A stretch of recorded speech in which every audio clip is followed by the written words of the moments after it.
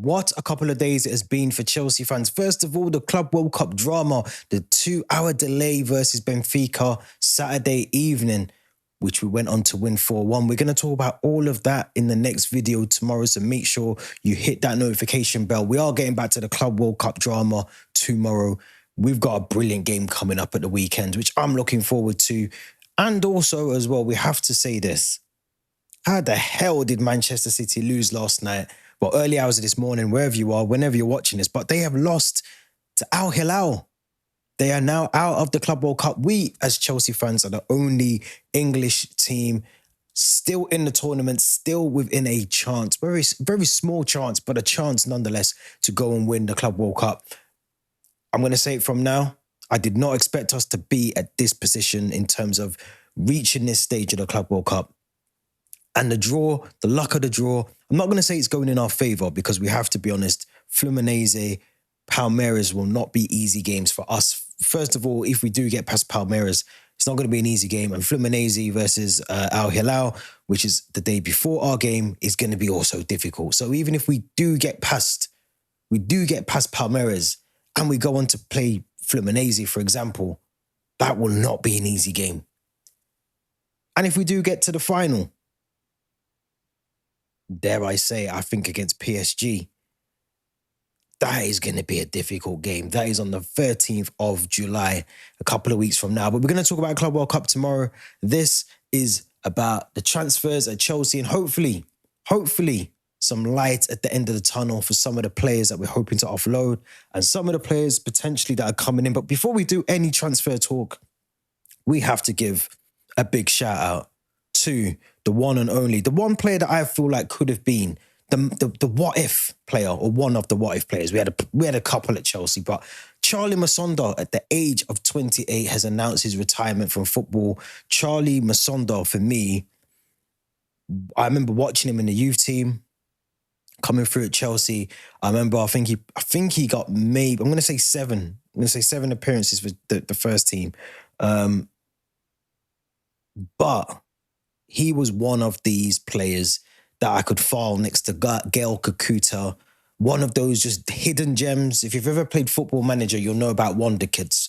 He was a wonder kid, Charlie Masonda. He was one of those players that was just electrifying to watch. And at the age of 28, due to a lot of injuries that he's picked up over the years, he's unfortunately had to retire at the age of 28.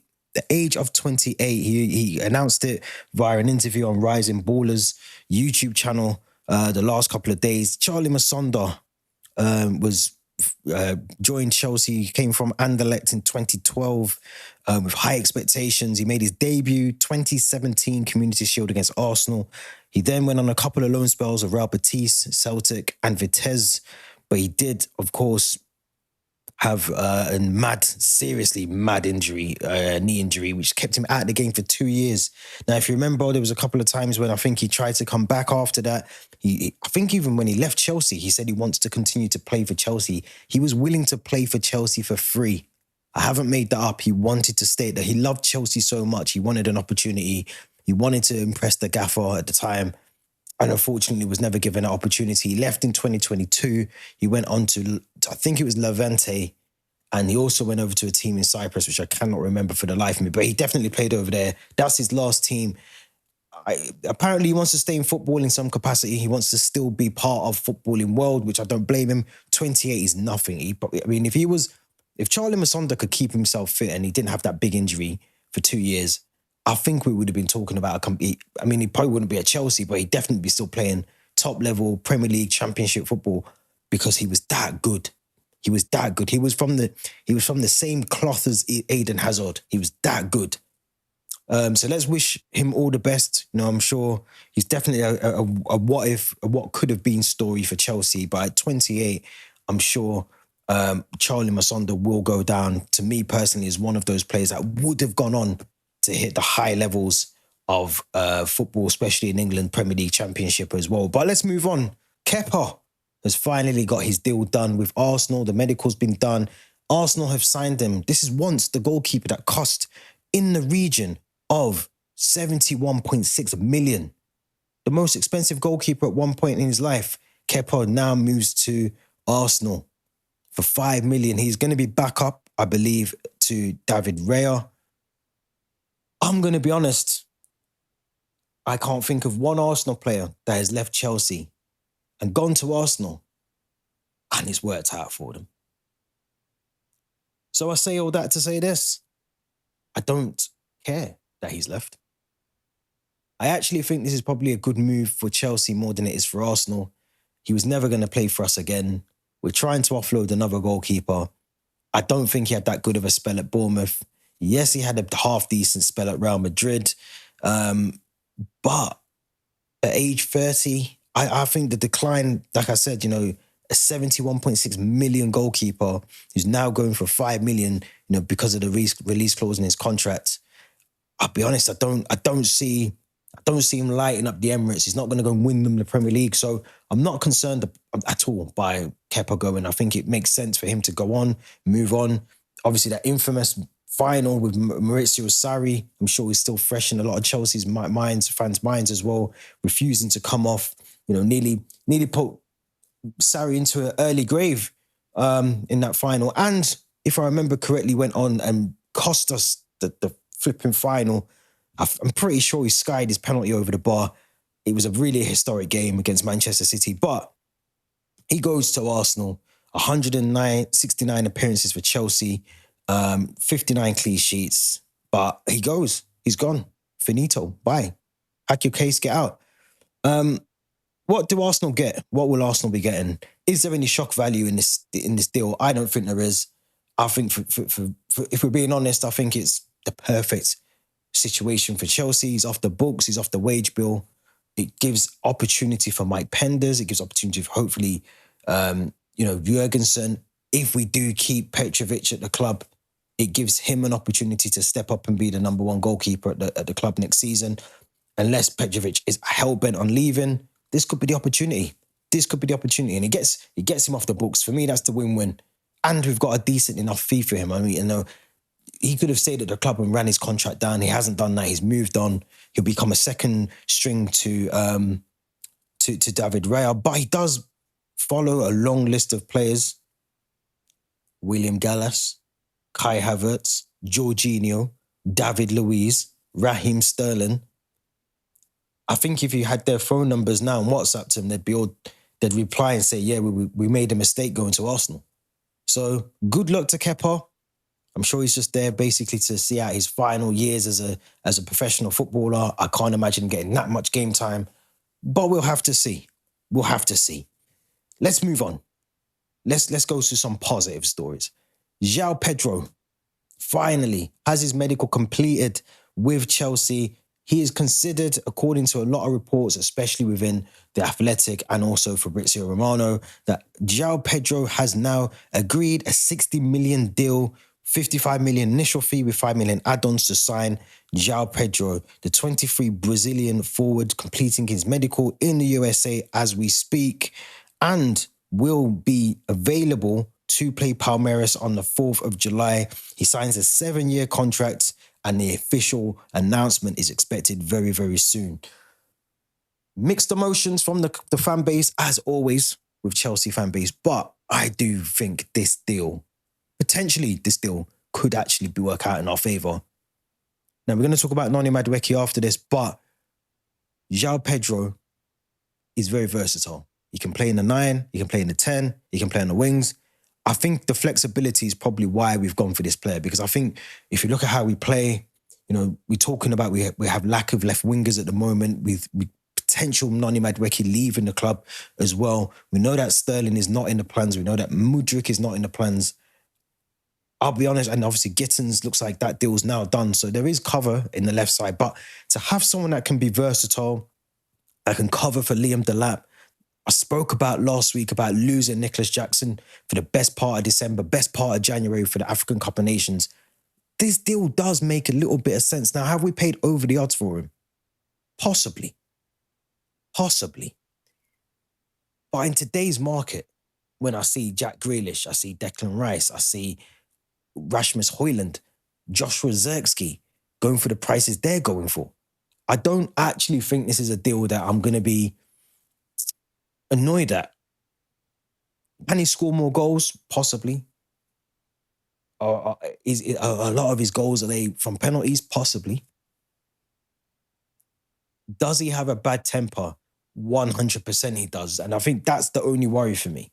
The worry for me is, can we keep this player who we've seen in Brighton? I think he missed the last 2 games of the season for an altercation on the training ground with Van Heckel for Brighton last season. Can we keep that temper in check? Because we're seeing it already with Nicholas Jackson. This is a player that has discipline issues, who can't stay on the pitch for longer than 5 minutes in the Club World Cup, has picked up numerous yellow cards for a striker. Nicholas Jackson's got a lot to learn. And we almost feel like we're bringing in someone else that is going to throw and add fuel to the fire by bringing in JOão Pedro. But if we can tame that side of him, I think this deal could work. There was reservations, I remember, around Cucurella when we signed him. It took a while for him to gel. And of course, we've gone and got another Brighton player with Moises Caicedo added to that as well. Also took a while for Moises Caicedo to find his feet, find his rhythm, find his understanding at Chelsea. I expect the same for JOão Pedro. I think we have to be patient with this deal. I think we have to be patient. Now, the fact he can join up with the Club World Cup squad and will potentially be available for the 4th of July, I'm excited for that. I'm excited for that because, one, we don't have Nicholas Jackson anyway because he's still serving his second part of the ban. But this could be the opportunity that we need. Bit of fresh legs, more competition for Liam Delap. This is not a bad signing, guys. This is a signing that makes sense. At 23, someone that wants to try and get into the Brazil World Cup squad next end of next season as well. He's got it all to play for. This is his opportunity to get into that Brazilian World Cup squad.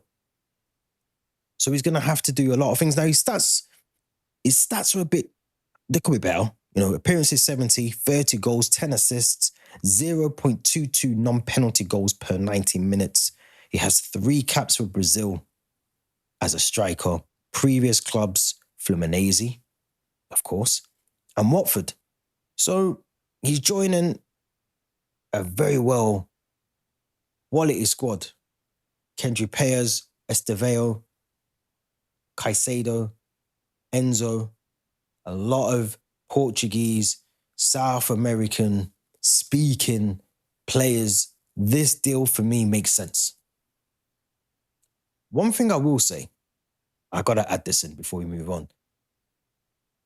I read today that Victor Gyökeres, his release clause is lowered to 55 million. Previously, it was 100 million. As of today, the 1st of July, that has gone down to 60 million euros. Now, apparently, this is a source that I read earlier.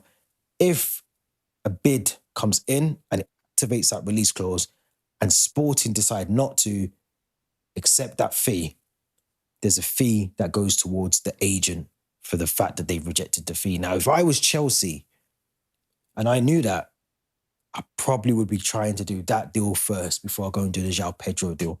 But we are where we are. The medical's done. Let's hope he hits the ground running. Let's hope he can help us next season secure some sort of silverware. I'm not talking Conference League. I'm talking FA Cup, Premier League. I want to see a trophy next season. Let's hope he can do that. Now, before we move on, the last bit of news. I'm going to play the clip actually. Let's play the clip first. Waar moet jij dan rekening mee houden op zo'n momenten inderdaad waar dat je zegt van als ik daar iets zeg, dan schiet ik mezelf misschien in de voet voor bepaalde transfers. Nee, maar kijk, ik heb een voorbeeld. Dus toen ik bij Chelsea zat, na de dinges, na die Champions League finale, toch? Ja. Ik ga terug naar Chelsea. Ik zeg, ik wil een kans in de eerste ploeg. Zij sturen mij naar de beker in. Wat komt er buiten in de media? Ik wil weg. Nee, ik wou niet weg. Snap je? Ik weet ook dat je ook eens een interview hebt gegeven. Was het bij Chelsea dat je dan over Inter spreekt? Ja. En dat heeft dan proporties genomen dat Ja, het niet maar dat normaal is het waren. probleem. Kijk, weet je, in Engeland hebben ze een bepaalde perceptie van mij. Snap je? Omdat ik zeg waar het op staat. Als je in Engeland niet zo stapt, niet het lijntje volgt hoe dat zij willen, dat Allee, stel eens voor je zegt van ja, oké, ik wil vertrekken. Wat is je antwoord? Oh, you got a contract. Maar- Oké, wat is een contract? Mm. Snap je wat ik bedoel?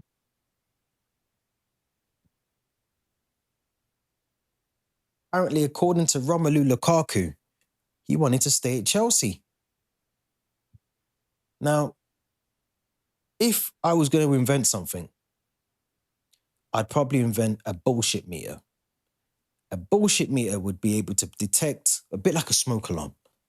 It'd be able to detect when there's a bit of bullshit in the air. Now, that Lukaku interview is bullshit. Because we all know that Lukaku went out and done an interview and said, I don't want to be at Chelsea. I want to go back to Inter Milan. I love it in Serie A. The Italians love me. I've made a mistake coming to Chelsea. He said, oh, we didn't say that for him. He said that to us. So the bullshit meter would be on 1,000 right now because I'm telling you from now, that bullshit interview, part 2, is collateral damage. To say that you didn't want to leave the club and that you was put into the reserves is because of the fact that you did the interview in the first place, which is why you was ultimately sold because 1, the manager didn't want you, and 2, the owners needed to get you off the wage bill anyway, so it doesn't really matter, does it? But for him to come out and still be talking about us, he left Chelsea over 2 years ago. To blame the English media if you don't talk in a certain way, you don't walk in a certain way, you might be right to an extent. But let's not beat around the bullshit and make out like Lukaku didn't cause all this drama himself. Now, if I speak to a lot of young footballers, and some of them, they just get their head down and they just work. They block out all the noise. They try and impress the manager. The manager puts them in a team to get an opportunity. Some of them now I know that are playing in League One, Championship football. You get the opportunity. I know players that have played before that and they fell out with the managers. I know people that played at Chelsea and they fell out with the manager, but they get their head down and they work. They don't go and do interviews. They don't go to the media. They don't, back then it was no social media, but even if there was social media, they wouldn't go to social media and voice their opinion. They just get on the training ground and work hard. Lukaku is his own enemy. And so far, what will happen is he will end up running out of clubs to run to. Saudi might be the next option after this one. But to blame Chelsea for your demise at Chelsea, I mean, April Fool's was a couple of months ago. It feels like April Fool's again today. But let's leave Lukaku out of this. Let's focus on our strikers, our team as it is right now. Let's hope that JOão Pedro can hit the ground running. Before we go, I nearly forgot Noni Madueke. Here we are. According to Florian Pletterberg, understand Arsenal have already submitted an offer to Noni Madueke. The 23-year-old winger could leave Chelsea in the summer. Talks have started. Madueke is one of several top profiles Arsenal are assessing for this position. Arsenal are still considering a transfer for Rodrigo should he wish to leave Real Madrid. I nearly forgot to tell you about Madueke, but there you go. Madueke potentially leaving Chelsea. Now, am I against this move? Not really. Anybody that knows me knows I think Madueke has a lot of potential. He has a decent enough ceiling. My worry is he'll never achieve that because of the fact that even after near enough 3 years at Chelsea, there's still no progression. There's still no end product to his attacking threat that he almost is clinging onto. Because, I mean, you're looking at him in the Club World Cup, you're looking at him at the back end of last season, he wasn't taking on defenders. He's not taking on the fullback. He seems to have lost a lot of that spark, whether that's Maresca, tactically changing things for him. But even when he's got free reign to go forward or to take on a fullback or to make the right pass rather than try and take the shot, those mistakes are still there. And we're entering near enough a point in Madueke's career at 23 where he should be able to get those things over the line. Get the right ball into the box, make the right choice before you enter the box, take on the defender if you can, create a chance for someone else if you can, and he's still not doing that. So even at this stage in his career, going to Arsenal, as I said about Kepa, it doesn't work. It doesn't work. Now, from an Arsenal perspective, I sort of get it. He can play on the left and he can play on the right. Saka the last 2 seasons hasn't been a Saka that, I still don't see why people rave about him, but he could fill in for Saka. He can fill in a gap for Saka. The only thing I will say is Chelsea are going to drive a hard bargain. And we will not let Madueke go for anything less than 60 million. They can agree all the deals they want with Madueke. They can offer him as many deals as they want. But until Chelsea give that green light to say, yep, 60 million, he's a Chelsea player. He stays here. So let me know what you think in the comments. Do you think it's harsh to sell Noni Madueke? Should he be given another season to try and resolve and resurrect the positive things that he was doing when we first signed him? Let me know your thoughts about Lukaku, the interview. Is he just talking a load of hot shit? Kepa to Arsenal as well. JOão Pedro potentially at the Club World Cup for us in the next round against Palmeiras. Big game. I'm sure it would mean a lot as well to Pedro Neto. And let me know your thoughts about Charlie Masonda retiring at the age of 28. Still young enough to have a career in football elsewhere. Give me your thoughts on Charlie Masonda. Is he crazy to retire at this age, or should he try and play on?